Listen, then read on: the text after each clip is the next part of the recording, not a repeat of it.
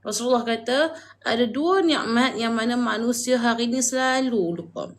Jadi maksudkan Rasulullah dua nikmat tersebut adalah nikmat sihat dan nikmat masa lapang. Apabila kita hidup dalam keadaan sihat, apabila kita hidup dalam keadaan yang elok, apabila kita hidup dalam keadaan masih lagi beragama Islam, pertama sekali bangun saja tidur, ucapkanlah Alhamdulillah. Alhamdulillah, ataupun kita baca doa selepas tidur, Alhamdulillahillazi ahyana ba'da ma amatana wa ilaihin nusyur.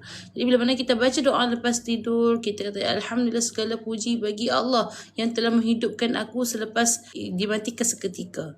Jadi tuan-tuan dan puan sekalian, ada orang di hari ini yang mana bila mana dia tidur, dia tidak dapat bangun selama-lamanya.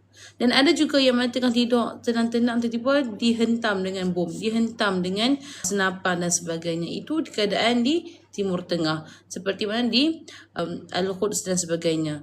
Jadi tuan-tuan dan perempuan sekalian, apabila kita masih lagi hidup dalam keadaan yang sihat, kita masih lagi hidup dalam keadaan yang sempurna, kita masih lagi hidup dalam keadaan masih beragama Islam, maka ucapkanlah Alhamdulillah. InsyaAllah, mudah-mudahan perjalanan kita pada hari ini dipermudahkan oleh Allah dan kehidupan kita seharian akan dilancarkan oleh Allah.